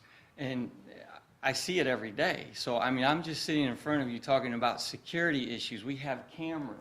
We have 24-hour monitoring because you can walk into the front of our hospital and get a brochure. It has absolutely nothing to do with the video cameras and all the mag locks and the key security that the state signed off on. And the state says these are your security requirements. And they come in and they inspect for that. And we're fined heavily if we're not managing or monitoring that. I do have a question on that. So you have several facilities down in Louisiana, Texas. Have you ever been fined? Well, here, Freedom Behavioral was an entirely new organization that was started. The gentleman that's the CEO of Freedom Behavioral, Jason Reed, founded 23 of these behavioral health hospitals. He sold out to a private equity group. He still sits on the board of those 23 hospitals, and we partnered with him to start behavioral health hospitals, geriatric behavioral health hospitals in Kansas and in the Midwest. Kansas is in such a dire need for this type of treatment and these types of hospitals. We wanted to plant and grow in Kansas. When you said we, meaning Freedom? Freedom, Yeah, as a okay, partner, gotcha. yeah. I'm trying to figure out the private equity Sure. name. Can you give me that name? The Of private the equity. Well, equity? Freedom Healthcare Properties is the name we own the real estate in. Okay, And then gotcha. Freedom Behavioral is the manager. Gotcha. So, which is basically the gentleman that runs it, the man with all the experience. I got it. So the end result with it, though, is that because of our highly regulated, it's not like we just come in and we get to do whatever we want. I mean, if anybody's ever operated in this particular arena, I mean, you have such a thorough, they come out, they do all kinds of inspections. Okay, we got that, sir. Yeah. Anything else that you have to say that you haven't already told No, us? I Thank you. don't. Thank you. Anything else that somebody, a new issue that somebody wants to bring up that we haven't already heard? What's- Right. I just don't What? think he answered her question. Have you been fined? I wanted my question Have you been answered. fined? We've not been fined as Freedom Behavioral. I don't know anything about the previous company. Okay, And I can get you that information. I'm more than happy to do that. okay, thank you. So I just, more than happy to provide that. Okay, anything else that somebody, that has not been brought up already, that somebody would like to bring up? No. Unless it's something different from what you've already told us. I just want to say that mentally ill people are a protected class. Okay, I got it, thank you. All right, I'm closing the public hearing. Okay, at this time, we will go ahead and begin the discussion or any additional questions we may have among the commission itself. Okay, I mean, there's been it's been a long session, and a lot of good information has been exchanged, so I think we need to table it. That's my recommendation. what's that? I think we need to table it for further information. The options that we've got are that we can recommend approval of the rezoning request to the city commission. We can recommend denial of the zoning request to the city commission, or we can table the issue for additional information or / consideration. Now, and one thing I do think we need to remember is is our role and what it is we're doing here and what it is we're looking at. And we're looking at rezoning, and we're looking at the impact that this rezoning would have on the city of Leavenworth as a whole, and specifically on this neighborhood right here. Some of the issues that have been brought up do have an impact on the rezoning because they impact the character of the neighborhood itself. If there is a safety issue that's not there now, that has changed the character of the neighborhood. So you could say, yes, that is an issue. Other issues that have been brought up dealing with the internal operations of the company itself really are not our issue and not our concern.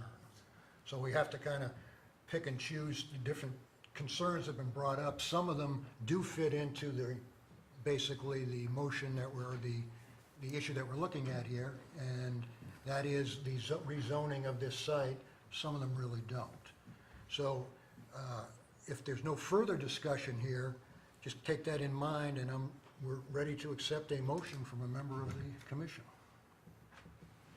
I think what we have here is a building that has outlived its usefulness. It's been used previously as an office building, and it was built that way. It served that way for quite some time, but does not fill that need now.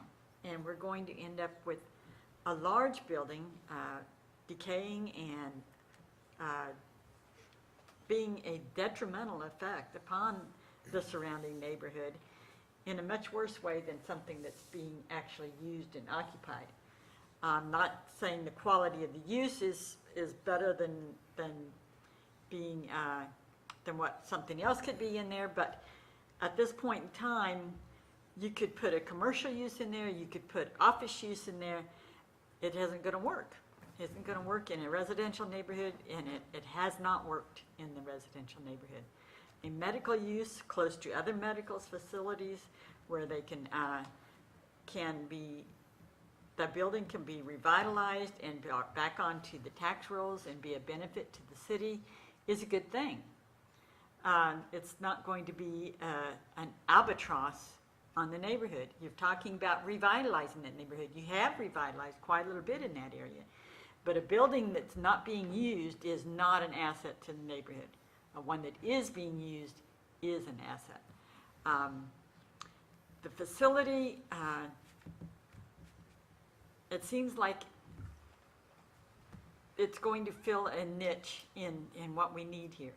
I've had many times when my husband's needed to go to a hospital, and we've had to call around to 4 or 5 different hospitals to be able to find some place where he can go. He has special needs. He has to have dialysis. That's not offered in the hospitals here in Leavenworth. So we end up going to Kansas City and having to go there. So being able to find a facility for somebody you care about and get the care they need at home is important. And a lot of times these areas are these existing facilities that fit the need. They don't have any beds. They don't have any space for you. And you end up having to go to Kansas City. You have to go to St. Joe. You have to go somewhere else. And that's very much a hardship on the people, the patient, and the people that care about him. I've had experience in Alzheimer's patients, and Alzheimer's is a devastating disease, and it changes the personality of the person so much. Facilities that we looked at for my father-in-law, most of them were part of a nursing home situation, but they would have secure areas, secure wards or security areas that you, like you mentioned, you had to go in through keypads and be be admitted into those areas. And that's not for the people coming in there for their security, it's for the people, the patient's security.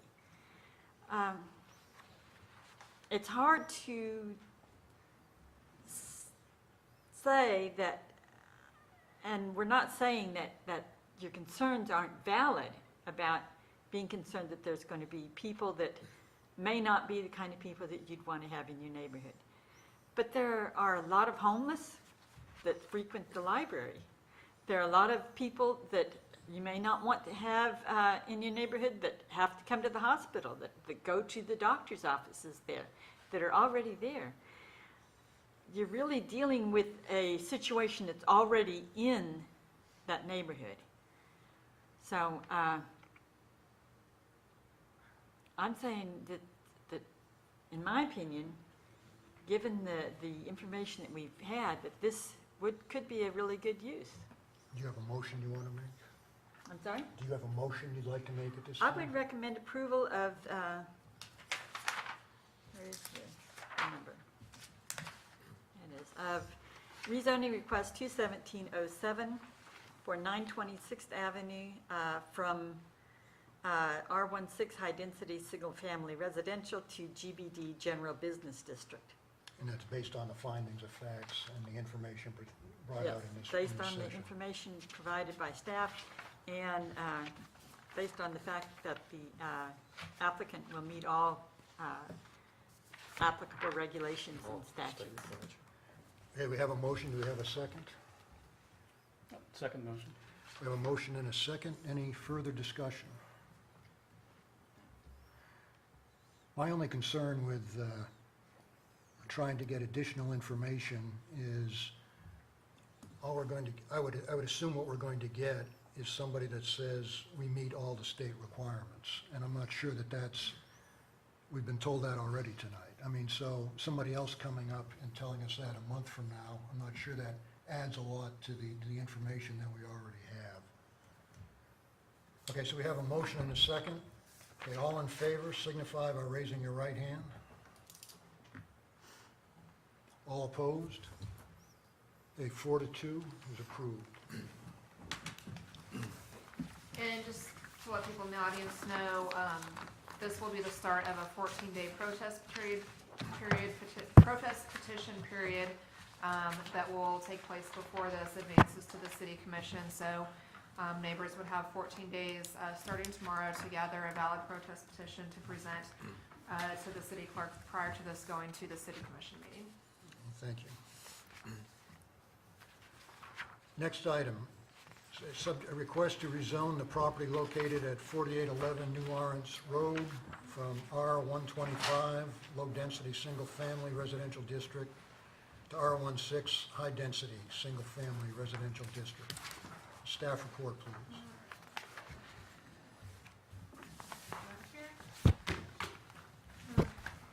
Thank you, Mr. Chairman.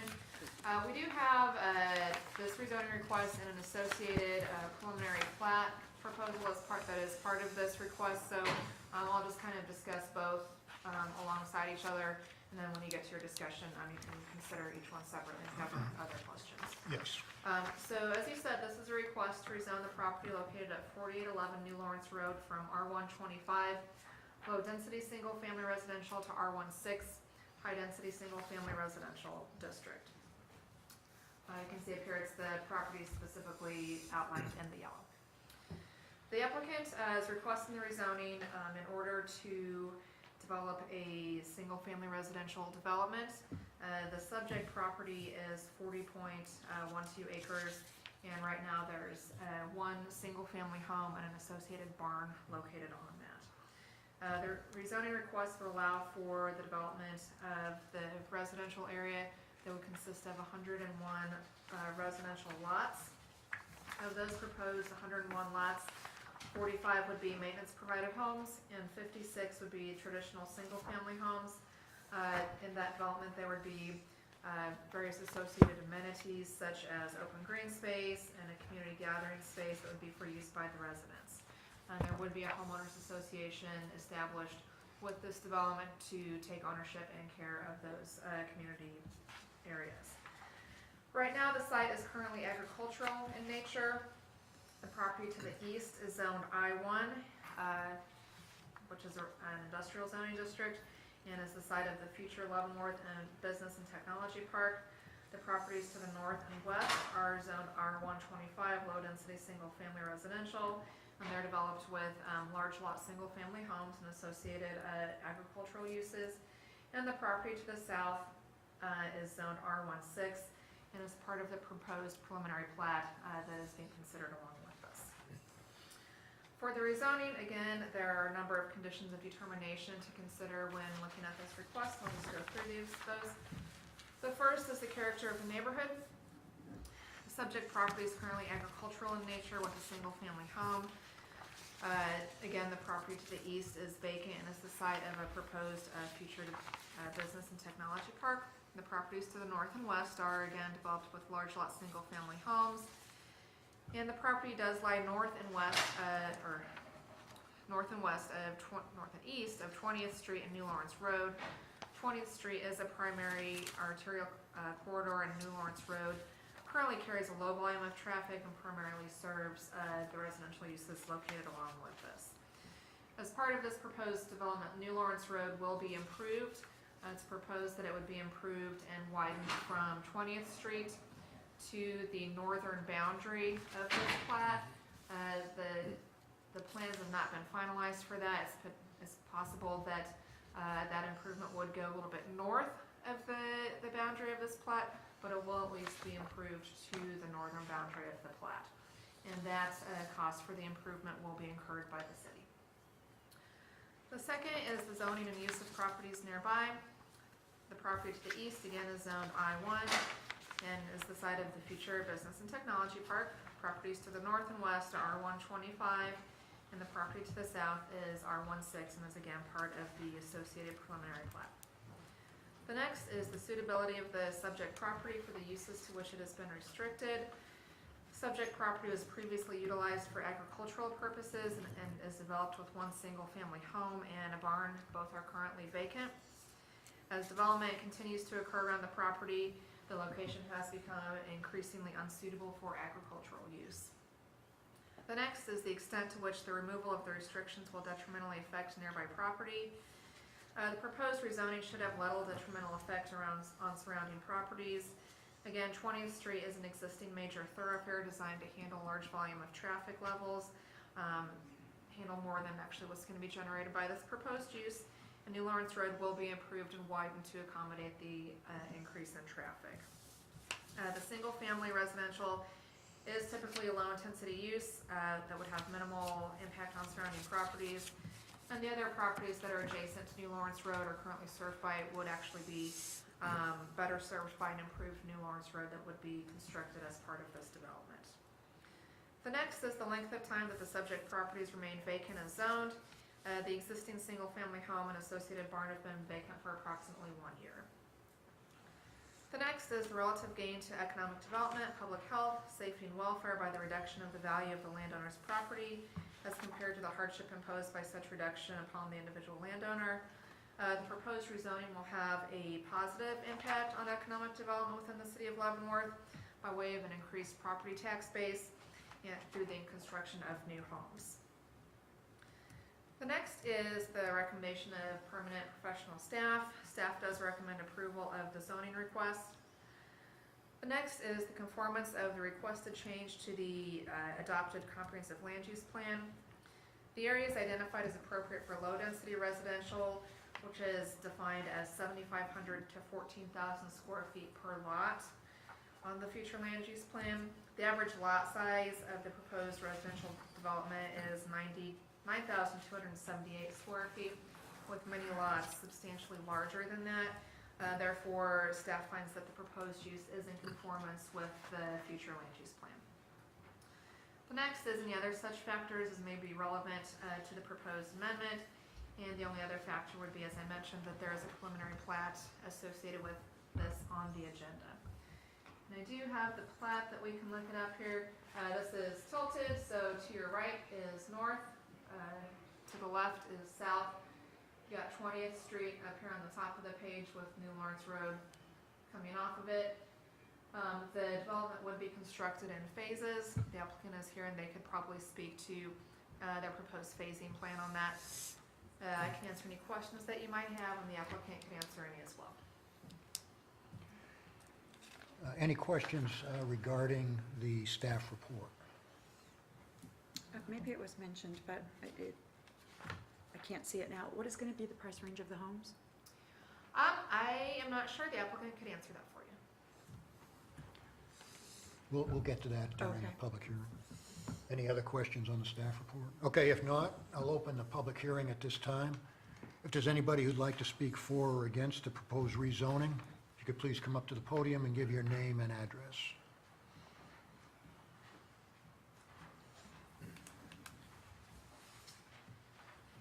Mr. Chairman, members of the commission, Mike Riley, here with JMK Partners on behalf of the preliminary plat and the rezoning. Thanks for your time this evening. Just a couple quick comments. On the rezoning, I think the rezoning fits the neighborhood for future development. The ground exactly to the south of us is already R16. And as we look at residential development today, the changes that we're seeing for what people are wanting are actually looking at smaller lots as opposed to the large lots that R19, another zoning class in Leavenworth offers. But as Julie mentioned, our average lot size is over 9,000 square feet as it is, so good-sized lots. The density, I think, makes sense for the area for future growth of Leavenworth. So from a zoning perspective, I think it fits with the neighborhood and the future growth of this particular area. As it relates to the plat, I'll just answer a couple questions in terms of average sale price.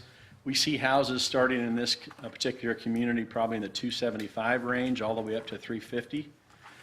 As Julie mentioned, the area is shaded in yellow. Those lots are going to be maintenance provided. So by that, we've done a couple maintenance provided communities in the city of Leavenworth already. Kensington Villas off of 20th and Limit, and Edgewood off of 20th and Vilas. I think I got those mixed up, I think. Sorry about that. But nevertheless, the exteriors of the homes, lawn maintenance, snow maintenance, landscape maintenance will all be provided by the Homeowners Association. The balance of the site, 56 lots will be traditional housing, so single-family housing that will be in charge of their own maintenance. We did our best to really work with the lay of the land on this particular piece of dirt.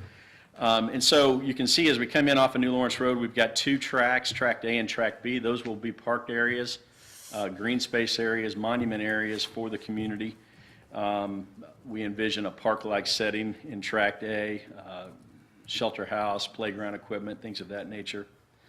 Tract C, Tract D, and Tract E are a Weems pipeline that goes at a diagonal through our property. That also is designated green space. Julie's highlighting it right there with the cursor. It's going to tie into the trail that is proposed with the Leavenworth Business and Technology Park, which will connect that park all the way to 20th Street. It'll be landscaped, bermed, and the trail will continue through this particular community. The other tracks surrounding the community, we have Tract F, Tract G, Tract H, are all landscape tracks. We've done our best in that southernmost part where the large tracks are to work with the land. There's large green space areas there which provide natural buffer, and we intend to keep that as much as possible. We've also provided a tract, again on the east side of the plat, that will join next to the future Leavenworth Business and Technology Park. That tract again will be landscaped and irrigated again to provide a buffer from the housing to that particular business park. And then a couple small tracks along New Lawrence Road for, again, some monument signage and landscaping. I think that's about it. I'm happy to answer any questions. We're thrilled to bring this plat. I think it's been a number of years since Leavenworth has had a new housing plat, and we're thrilled to be able to bring this to the attention of Leavenworth. Thank you. Anybody else like to speak for or against the proposed rezoning?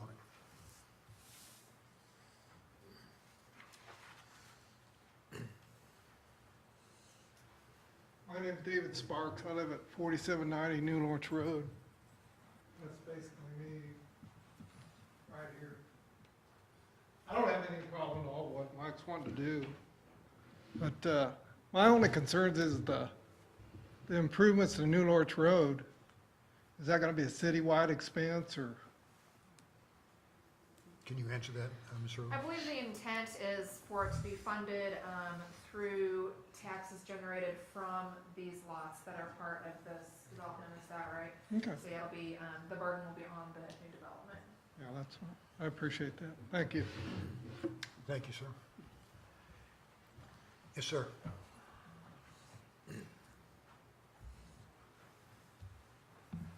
My name's Martin Schmidt. I live at 4600 New Lawrence Road, just to the north, down the road a ways, the dual subdivision. How far is the road going to be improved to the north? I believe right now it would just be to the northern end of the North plat, end of which the is that property, I think it said. yellow line right there. There has been some talk of extending it further north to where a future Muncie Road might come through at some point in the future. Brett can talk to that. Brett Napier, Napier Engineering. Details. 207 South Fifth Street. Muncie follows right there. Okay, go with. Muncie is designed to come around this pond and come back here and keep it on the high point. So basically, we're going to extend, and actually it's supposed to go through this pond here and come around. So about this point here is where we extend it to for future Muncie. And that's about it. That's really. Is Muncie going to be part of the project for the industrial park? No. While you have that up there, I noticed on the Carlson Industrial Park, and we discussed it also when we did the plan for the new industrial park that's coming on there, that there's a designation for right-of-way or an easement or something along the north side of that. Yeah.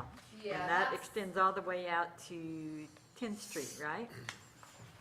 Yeah, that's right I away that was believe- previously yeah. put in place for Muncie. And as Brett had mentioned, the future alignment for Muncie, which has been looked at a little bit, would come a little bit to the north of that. So if and when Muncie happens, it's not at any point in the near future, but when that does happen, it would be swinging up a little bit to the north. And so that right-of-way would most likely at that point be vacated, and new right-of-way would be acquired, and that would take place at that time. Any further questions or comments? Sorry, Mr. Smith, was your question answered? Well, it is. Is that Muncie Road, how long will we look until that's going to happen? Is this development going to be completely done before that road comes through, or do we have a time frame at all we're looking at? I haven't heard any time frame. Who knows? I'm not, I have no idea. I have no formal idea, but I can tell you, I think it's not even on the scope of the city's. Yeah, I know that the commission and staff would like for it to happen. Right now, I believe the cost is just such that it's not able to be budgeted for at this time, but I know it is in the long-term plan, but it's not on any capital improvement plan at this point, so we don't know the timeframe of when it would happen. Okay, I'm going to close the public hearing. Any comments or discussion among the commissioners? Has work already started on that southern part, closer to Eisenhower? Some sort of the- grading going on right now, Yeah, right? this corner down here, you can kind of see where the creek, where the tree line, this is already zoned commercial, and so they have started grading on there with potential plans for future commercial development. Thank you. Anything else from the commissioners? Okay, if not, I'll take a motion at this time. The options we have are to recommend approval of the rezoning request from R125 to R16 to the city commission, recommend denial of the request, or table the issue for additional information. I'd like to make a motion that we recommend approval of rezoning of 4811 New Lawrence Road from R125 low-density single-family residential district to R1 high-density single-family residential district. Thank you, and that motion is based on the findings and facts Yes. presented. Right. We have a motion, do we have a second? I'll second it. We have a second. Ditto. Any further discussion? Okay, all in favor signify by raising your right hand. Opposed? Unanimous? And the last item, which we have already discussed, is the preliminary plat. And we're basically considering a request. And what are our options for this? For their preliminary plat, that would be, your options would be to approve the preliminary plat, deny the preliminary plat, or table it for further consideration or information. And could you explain the role of the preliminary plat in the entire process? Sure, the preliminary plat is basically laying out the entire development, and so we could expect to see a final plat for each phase as it comes in. The preliminary plat's valid for 1 year, so from the date of that approval, they'll have 1 year to get in that first final plat to get the ball rolling. So the preliminary plat is not something that's recorded with the county register of deeds or anything like that. It's more of a working document for us. And once they submit a final plat, we'll be looking at a little bit more in depth with the technical details, and you'll see that before you at that time. Any questions regarding that? Okay, any discussion on the plat? Okay, if not, the options we have are to approve it, to deny it, or to table it. I'll take a motion at this time. I'd like to make a motion that we approve the preliminary plat with regards to 201717, the subject use program, as with regards to the staff report and the discussion that we've had. Excellent. We have a motion. Do we have a second? I'll second it. And a second. Any further discussion? Okay, all in favor signify by raising your right hand. Opposed? Unanimous? Anything further for the commission? Commissioners have anything? We're adjourned. Thank you. There's one thing I would like to ask.